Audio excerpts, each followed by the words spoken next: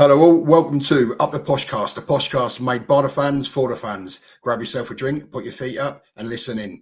And by the way, there could be some strong language. Hello everybody and welcome back to Up The Poshcast. Peterborough United beat Newport County 4-2 yesterday in a very entertaining FA Cup clash. It was looking very dodgy for the first 7 minutes, but ruthless attacking play from the Posh sealed the second round. I'm joined today by Ashley, Lodz, Max, Dell, and of course I am Charlie. Let's kick things off with you, Ash. What did you make of the game? Yeah, I think like you mentioned, 7 minutes of probably disastrous football and then ultimately 83 minutes plus of just pure Peterborough United dominance. It was a bit of a strange one, really. It felt like we gave them a 2-goal head start.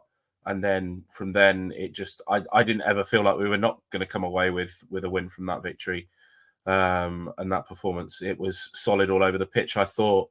Lots of players growing into their positions and sort of developing themselves as well against a lower league opposition. But overall, it was a delight to see and to obviously get through to the next round, which is important for clubs our size. Yeah, I can't help but agree with Ashley there. I'm very, very pleased that yesterday's game happened because I think we learned a lot. The first 7 minutes, and to be honest, I'll probably say the first 15 minutes, Newport pressed really well from the front, and we always struggle to play against teams like that, and we struggled against Newport. And they ran out of steam. Darren Ferguson said it at the in the post-match. They ran out of steam, and we just pinned them from then onwards.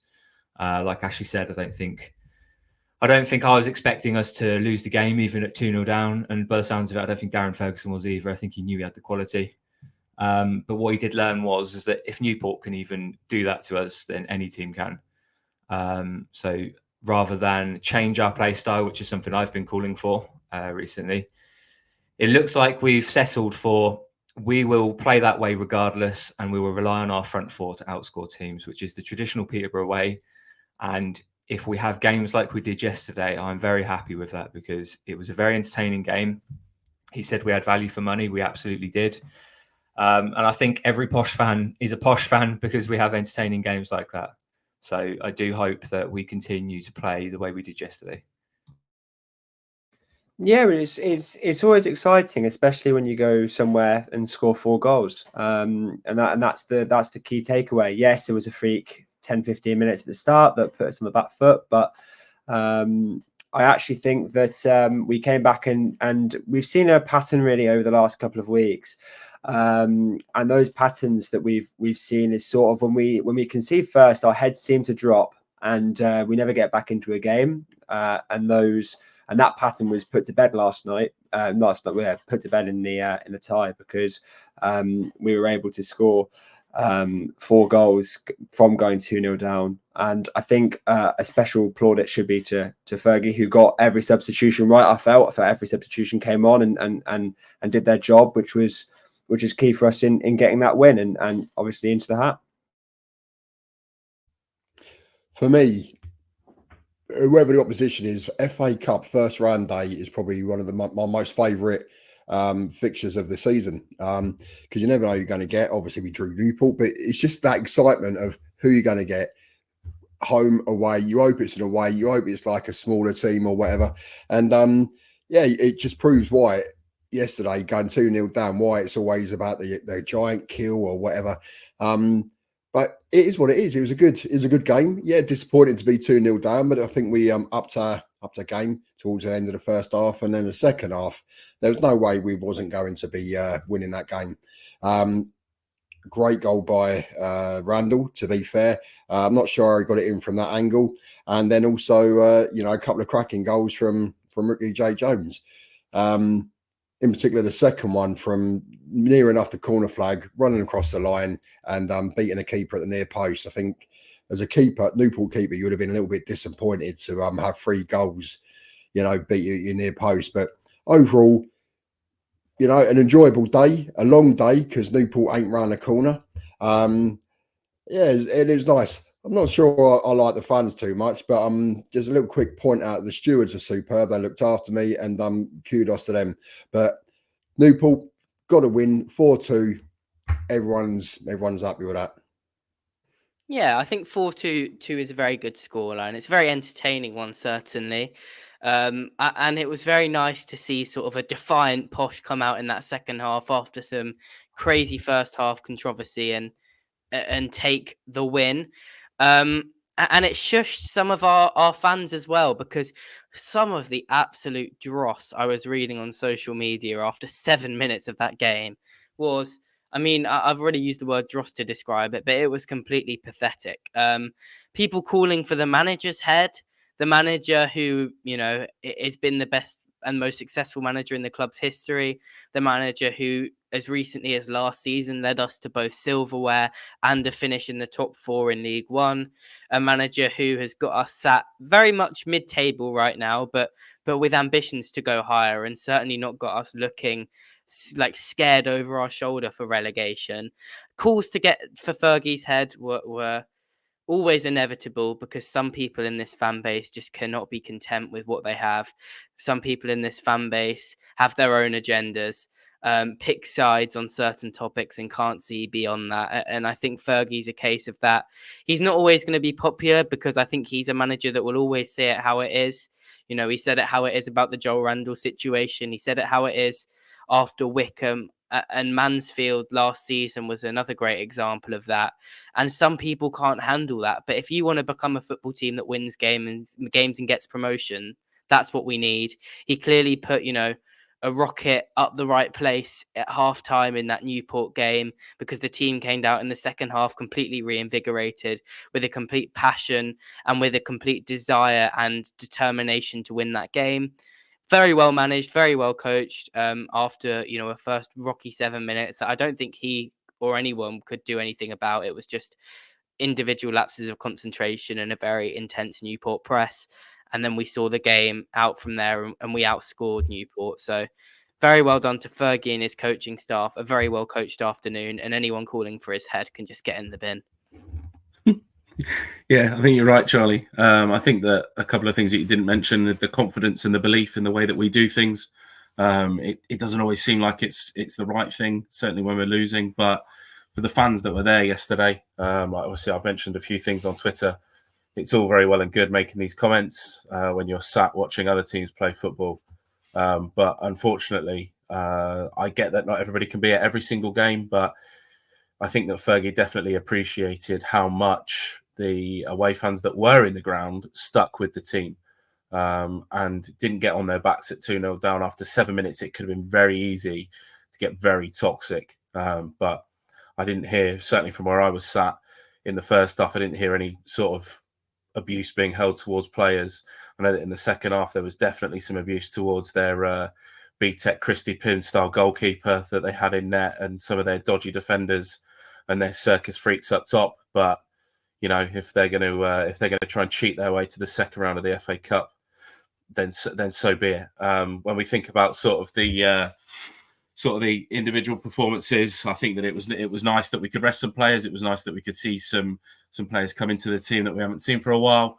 But I'll let somebody else kick us off with a player.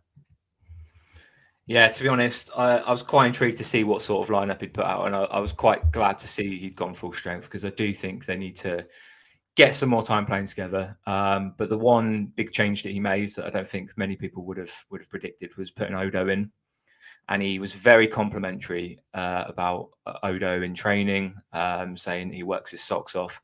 Sort of player that Posh fans love, sort of player that Fergie loves. I think he's not been getting into the first team just purely because of how good the front four are.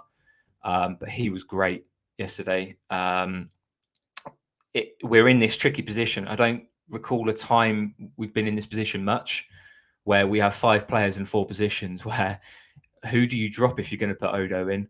I don't think Mothersill was at his best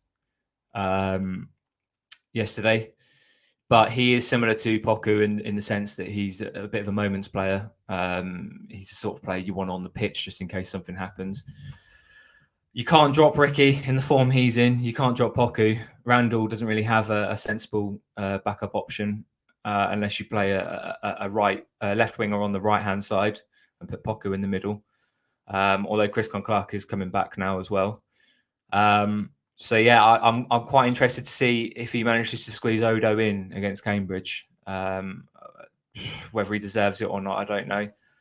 It is just one game. It is against Newport, but I did think he was very good.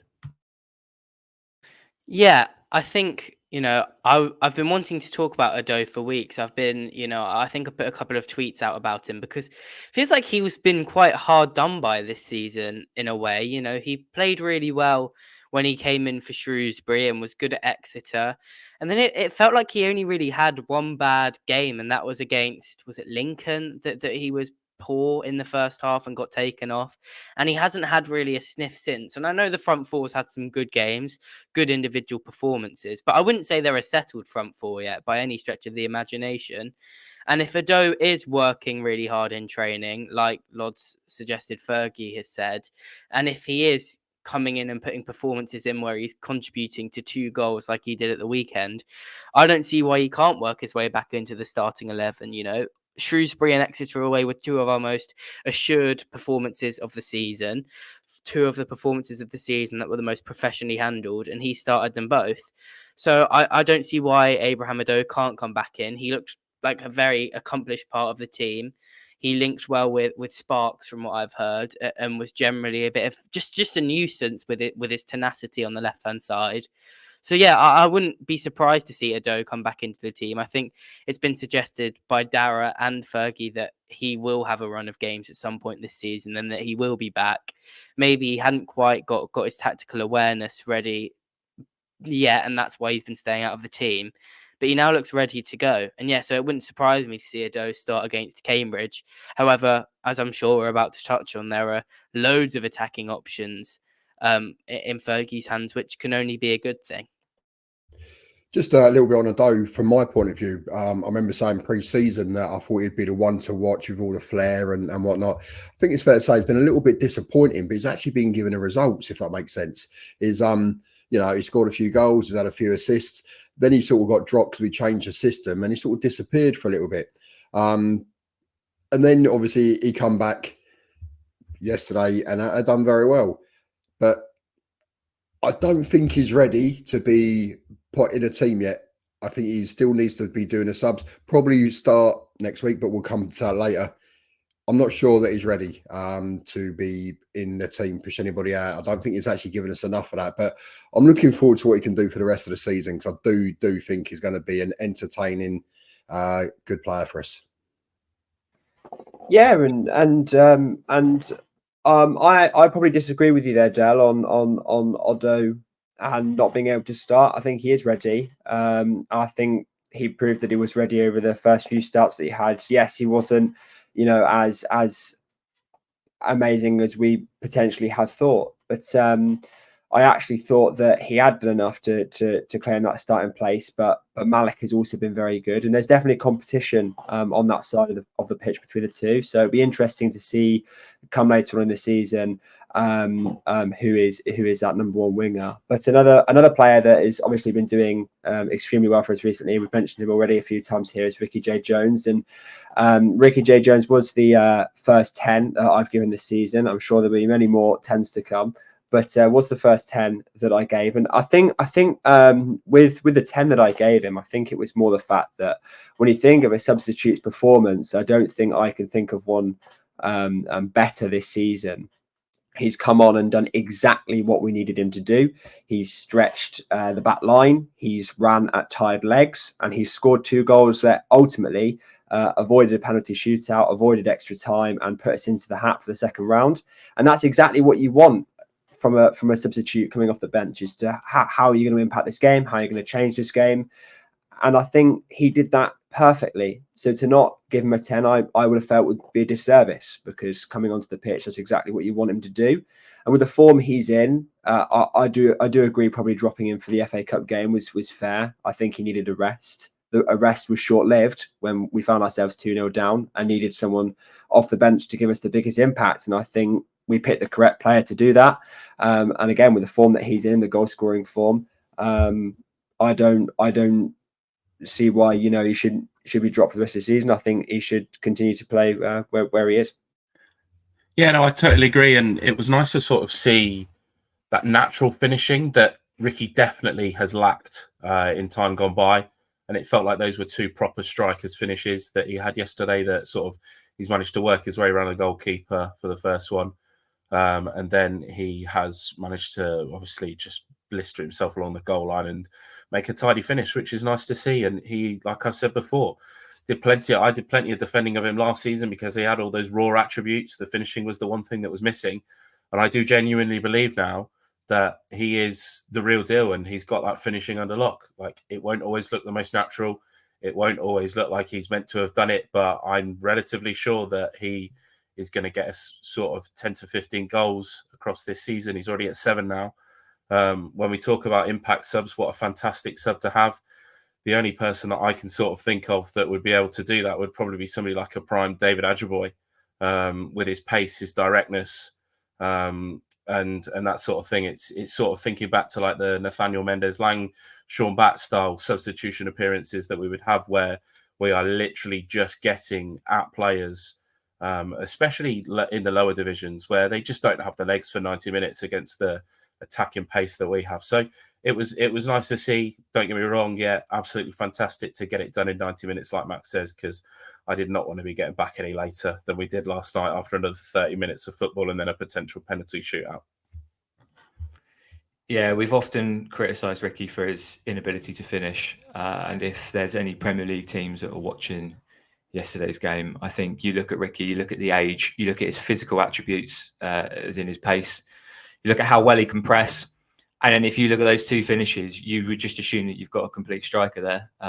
It might not be consistent, but if he can do that every game, he should be in the Premier League. There's no doubt about it, because I don't think the physical attributes he has is matched by many other strikers in this country. And I've said it before, if you bring Ricky on in a Premier League game in 10 minutes, just to press from the front, he will have an impact.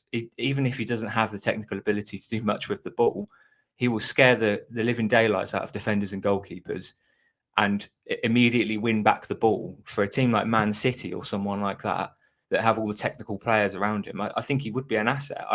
I could see him going in January. It'll be a shame for us, but I do hope he gets a big move, because he's clearly worked on his finishing and I think he deserves it. One other player I wanted to bring up nice and early is Joel Randall. We speak about Joel Randall almost every week, and I never get a word in edgeways, because there's often people that are very anti Joel Randall and there's often people that defend Joel Randall. And I've been on the fence for a lot of it. I think the issue that I've had with Randall in the past is where he goes missing in games. But I do think that he is the best at what he does, which is to quickly get rid of the ball in a positive way in that final third. And I think he was very, very present yesterday. I think he was one of the best players we had on the pitch. I think he was getting stuck in. He was involved. He was getting into spaces. He was ready to receive the ball. He was ready to give the ball. And I think his finish was great as well. If there's one gripe I have from his performance yesterday, it's him scoring the equaliser and just leaving the ball in the back of the net. The players were even shouting at him, telling him to grab the ball, and he just wanted to do some sort of celebration, which wasn't the time. It's Newport away, just grab the ball, restart. But yeah, overall, I thought he had a very good game. You know, I completely agree. It was one of his stronger performances, but I unfortunately will not be giving him many high scores. I do think that the important thing is that he does need to just remember that we were playing against a League Two team. They weren't the best. They didn't want to sort of get us after the first 15 minutes, did they? But overall, it was a good team performance. I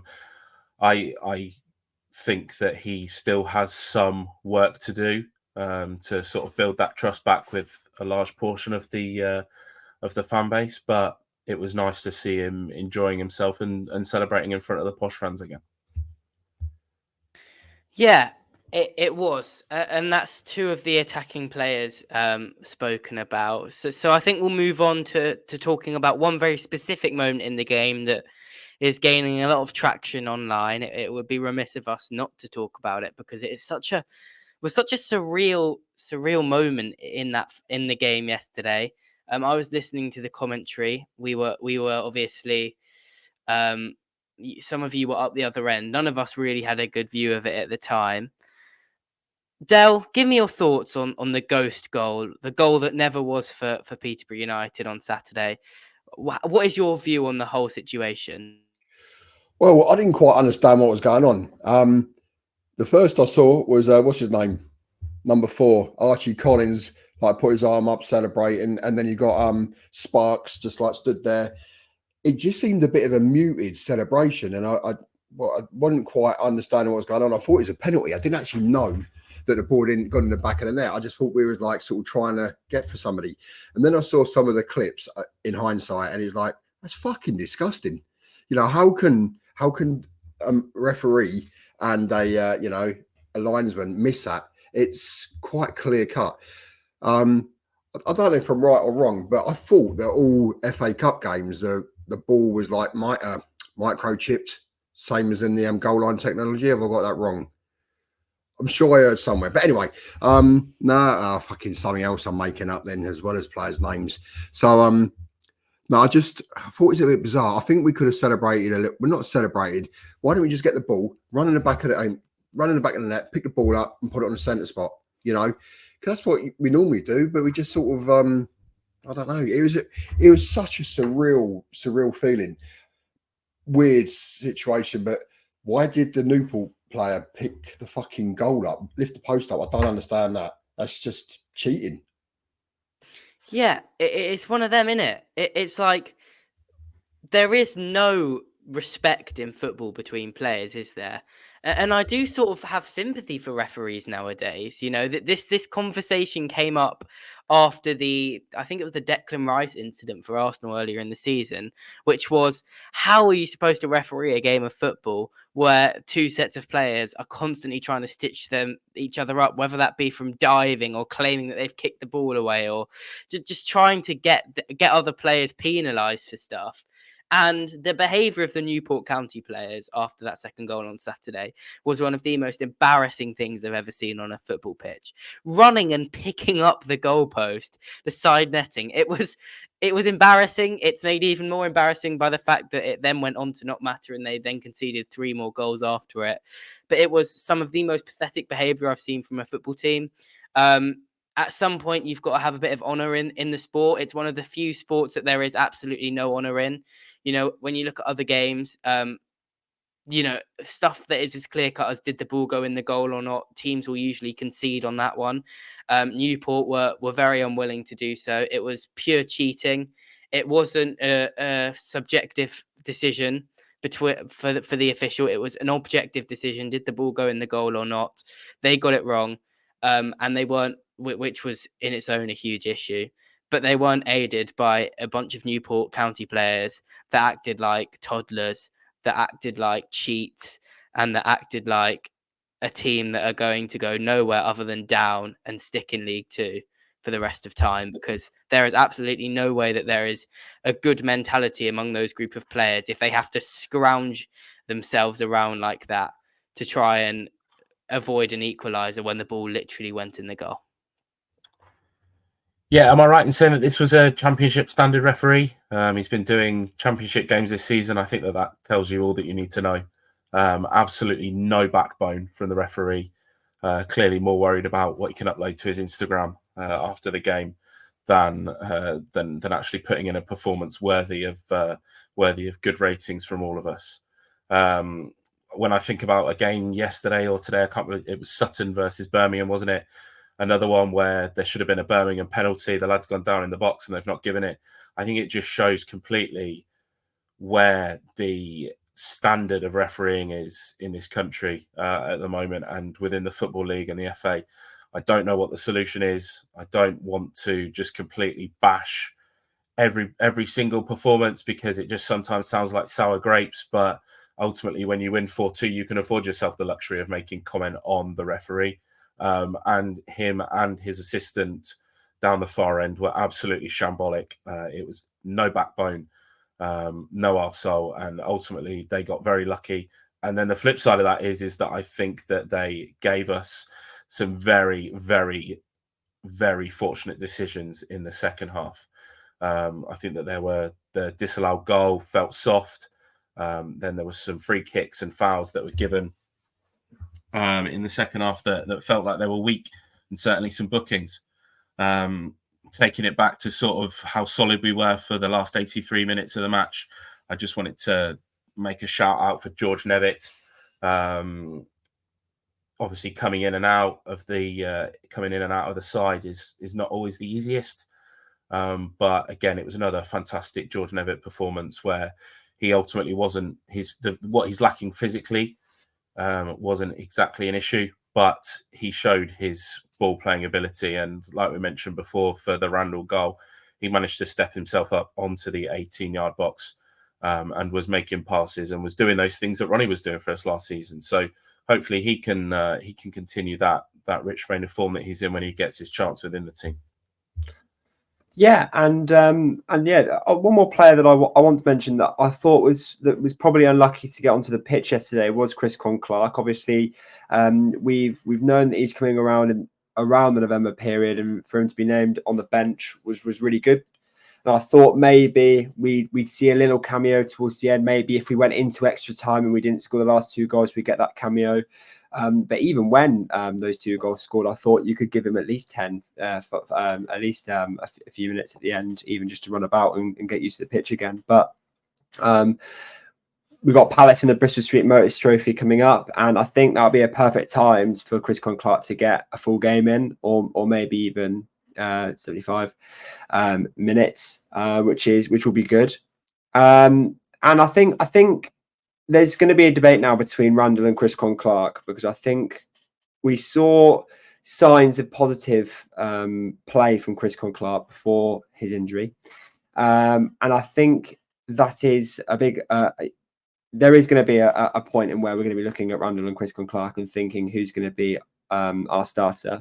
And Randall's very good at linking up the play, but I really like Chris Clark's attribute of him just being able to produce a moment, or to, he's got this sort of arrogance to pick the ball up and sort of shoot where he wants to, which I think is a big thing for us. And to get him back to full fitness, maybe, or close to it in time for the game on Saturday, is going to be big, because then at least we've got we can swap to a different plan by switching Randall and Chris Clark. So I think it was unfortunate to not get on the pitch, but if that means he can get 90 or 75 or 80 on Tuesday night, I think probably that's a little bit better. I think less risk of an injury, especially because Newport's back line were a little bit physical.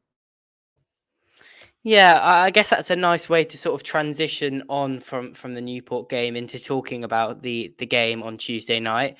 We've got Crystal Palace under-21's in the BSM trophy, a trophy that we won last season. And while we're not officially qualified out of our group yet, if we were to get battered by Palace and then Stevenage were to beat Gillingham, we would go out. But it's looking more likely than not that we'll go through. Lodz, what kind of team would you be looking to put out if you were Fergie on Tuesday night? I was actually under the assumption that we were already through. So if that's not the case, then that might change a little bit. There's a lot of players we've got that are injured that aren't quite ready to play yet. Rio being one of them. I think Bradley's still going to be out. Katonga's obviously still out. Sasuho's out. Chris Clark's obviously back. I'd like him to start. It was a shame he didn't get any minutes against Newport whatsoever. I was expecting him to make a little cameo off the bench. Whether he's fit enough to start, I don't know. But I'd rather him start the game and see how he feels at half time than come on from the bench. It'd be good for Blackmore to get a game. I don't think he's played a first team game for over a season now. Did he play? He must have played a couple of BSM games last season in the early rounds. Who else have we got? Harley Mills has been called back, hasn't he? It might be nice to see him get a game. But apart from that, I mean, I'd probably rest Archie Collins, but the rest of the players are all players that are in and around the first team anyway, due to our injury problems. So Kian Hayes is probably one that I'd want to see, and then Ado to see if he can carry on that momentum and maybe grab one of those places against Cambridge. I'm normally one for keeping consistency going. Like I said, I wanted to pick a strong team for Newport, but to be fair, with Palace, I'd be happy just to see a complete overhaul. You know, maybe Will Blackmore in goal. He's got to have a go at some stage. You know, is it Tyler Young, the midfielder, Ollie Rose, centre back? Trying to think of other players, Ali Mills, whatever. Just those sort of players which should come in, and the players that are sort of like starting on the bench at the moment also have a start. I think we should have some stronger players on the bench if we need them to come on. But let's have some of our you know, the youngsters or the ones that ain't getting a run out to have a go. What we've got to lose? I believe we're already qualified. I know there's sort of some up in the air. Have we qualified? Have we haven't? I've heard we have, but do you know what? Fuck it. Let's just go out there and let's let them have a go. So yeah, that's what I would do. I'd play some of the youngsters, give them a go. Yeah, and I think it's probably really important as well. Just on that I'd actually leave a lot of our starting 11 at the moment at home. I just think it's not worth it to risk any injuries at this point. We've been injury ridden all season. It's exactly what everybody here said. I'd actually leave a lot of them at home, Ricky J. Jones being one of them. I think our aim was to give him a rest against Newport. We had to bring him on. I think he should just be left at home. Same with Poku. I think Poku should be left at home. I think we've got plenty of players on the bench that can play against Crystal Palace's under-21s. And I think we can leave players at home that we just don't need to risk the injuries for. So yeah. No, I agree with Max. And I do think that probably was the one thing that Fergie would have been slightly disappointed in, is that he could only make the 2 changes yesterday, and they both had to sort of be the first team, the players that were in and around the first team. I think they would have loved to have got some of the younger lads, some of the ones that have come back from injury, and just given them a little bit of game time, giving them a run out, rather than take them all the way there than leaving them at home. So, you know, I think that, like we say, I'm not sure that full 11 changes is probably right. I think that we will see Manny and George Nevitt at the back for sure. But then I think that there's then going to be some rotation for the rest of the pitch. I think that there'll probably be 4 or 5 that started on Saturday that keep going, but who knows? We went to Colchester last year, didn't we? And it was a relatively overhauled team. I do think Dell's right. I think that we'll see Will Blackmore on Tuesday night. As for that, it could be anybody's guess. It could be Fergie up in the family stand watching it with the analyst and Scarfy down on the touchline. Yeah, I think I agree with all of that. I think we're all on the same page in terms of getting a rotated squad going, getting some minutes into players that maybe haven't had as many minutes as they would want or that they need for the upkeep of their fitness. We'll talk quickly, I guess, about the cup draw that happened just before we recorded this evening. Notts County at home, which is actually a really, really tough game. It's got banana skin written all over it. They're a side that will more likely than not get promoted from League Two this season. They've got a very strong squad together. They seem to be picking up results at a really good pace in League Two. Lodz, are you concerned that about the Notts County draw? I know Fergie will be happy that we've got a draw at home. How are you feeling about it? I wouldn't say I'm concerned. I do think Notts County will give us a good game. I didn't go to the pre-season friendlies, but from the feedback that we got from that, they were both very competitive. They've got Jody Jones, who I think is just far too good for League Two. He should be in League One. I think it's only because of that big injury he got that he's down that far down in the leagues. They're doing well at the moment in League Two. It will be a good test for us, but I think the importance of us getting to the third round in terms of our expectations, in terms of the manager's expectations set by the chairman, I think this is a game that we just have to win, and we'll just do what needs to be done to win. It should be a good game. I think both teams will play a similar brand of football. I think there'll be both opportunities for both teams. But yeah, concerned. I think we should have enough to beat them. I'm a little bit apprehensive, if I'm honest, with Notts County. They're a very good team. You know, they're sitting, is it third in League Two at the moment? Second, third, I'm not too sure. But, you know, they are a good team. And I think with we've got one of probably the hardest draws, if that makes sense. I know we're at home, but they wouldn't have been on my ideal pick, put it that way. It's going to be tough to get through them, even though we are at home. It's going to be tough to get through them to get to the third round. But, you know, the fact that we've not been performing too well, and they're right up there, it could go any way. So a little bit disappointed with getting Notts County. Probably would have been better if we had them in away, to be fair. At least it's a good away day. But hey, it is what it is. Let's see what happens and see if we can get through them to go to the third round. Yeah, for me personally, I think it's a fucking shit draw. I know that everybody in the club's banged on about home ties, but I don't want a home tie. I want to go away somewhere. I want to go to a non-league ground. I want to go to somewhere like Kettering, who have had a fantastic performance against Northampton, and I want to go to them and see how they can do against us. It's got Posh losing written all over it, wasting another game going to the second round and they're not really getting anything from it. Hopefully we make it on the TV so that, you know, there's a little bit more interest in it, but there were plenty of better ties out there. And in true Posh fashion, as is always the case, we draw these teams and we've played them in pre-season. So this will now be the third time in the space of 3 months that we've played Notts County. I just want something different. I don't like playing the same teams at the same grounds over and over again. That's what the league's for. The cup game should be all about going somewhere new, going somewhere different, and enjoying the experience that comes with them. That is what makes the FA Cup special, is the big teams. And Peterborough United are not a big team, but there were plenty of smaller teams in the competition still that we could have gone to. So for me, like we said, banana skin, shit draw for me. I don't think it's a bad draw. I think that's probably slightly harsh. As much as I would have liked to go to, you know, Market Harbour or something, that you know, doesn't bother me massively that we're going to be at home. It's easy. You know, it's a home game. You get to watch some football. You don't have to take yourself down to Wales like we did have to do at the last weekend.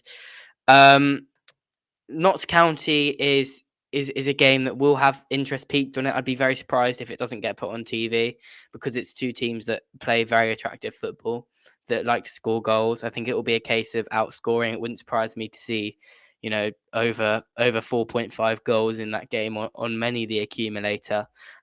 So I think it's not a bad draw. I think, as Ash has said, we will want to get a good trip out of the FA Cup. That's what it's about. But we're much more likely to get a great draw in the third round than we are in the second round.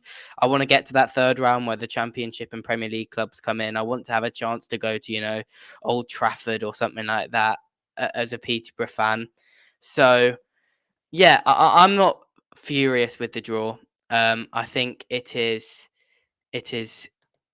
a decent draw, and I think we should be backing ourselves to win it. So we'll move on to score predictions then. We'll wrap up and move on to the score predictions for the Palace game on Tuesday night.